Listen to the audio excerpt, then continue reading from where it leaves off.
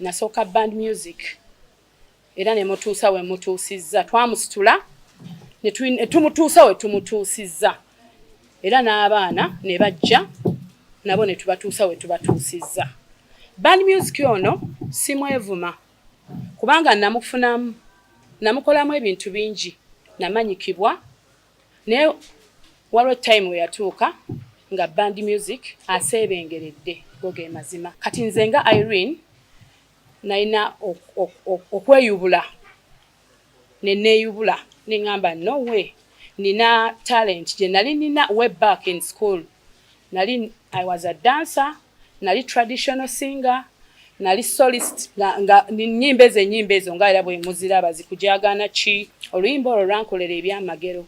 Saagala balimba ebbanga lye nali maze mu industry ya music ebbanga lyonna oluyimba olwo lwe nafunirako sente ate lwa myezi 8 nti kuzaala kujagana nali nkola era akasente kaali kajja naye kuzaala kujagana yandaga nti omuyimbi asobola okubeera financially stable, asobola okweyongerayo, asobola okukola buli kimu ng'asobodde okukola ebintu ebinene mu music. So kati nze okutranslatinga gundi yange career yange nagenda okulaba nga nina okusooka n'enkyusa nendaba nti nsobola okubanga nina olugendo lwentunuulidde ng'ate lujja kunnyamba okuntuusa we luntuusizza.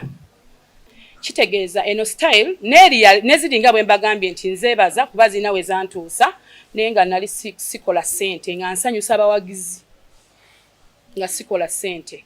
So kati kwe nayimba kuzaala kujagaana ne mmanya nti kati kitegeeza omuntu asobola okulaba kasente ka music.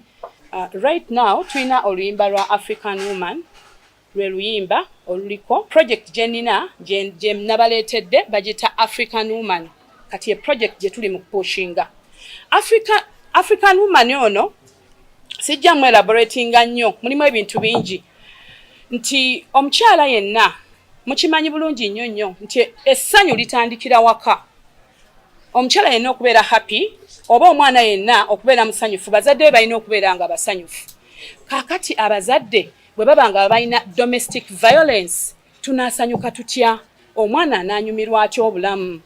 Campaign eno eya Say No to Domestic Violence sijja gamba nti etandika nkyo oba ddi yatandika dda. Domestic violence tuzze tumulaba bannange naffe abayimbi batukuba, abayimbi bangi bemulabi bakuba, abakyala bangi bemulabi celebrities bebakuba kitegeera. So kati ekyo tekiriiko nti oba ki nti campaign eyo sigenda kuba nti ntambula nga ngamba Say No to Domestic Violence naye akagamba ako mu luyimba lwange olwa African Woman nakataddemu olw'ensonga abakyala bangi bakubwa naye ate ne bawangula.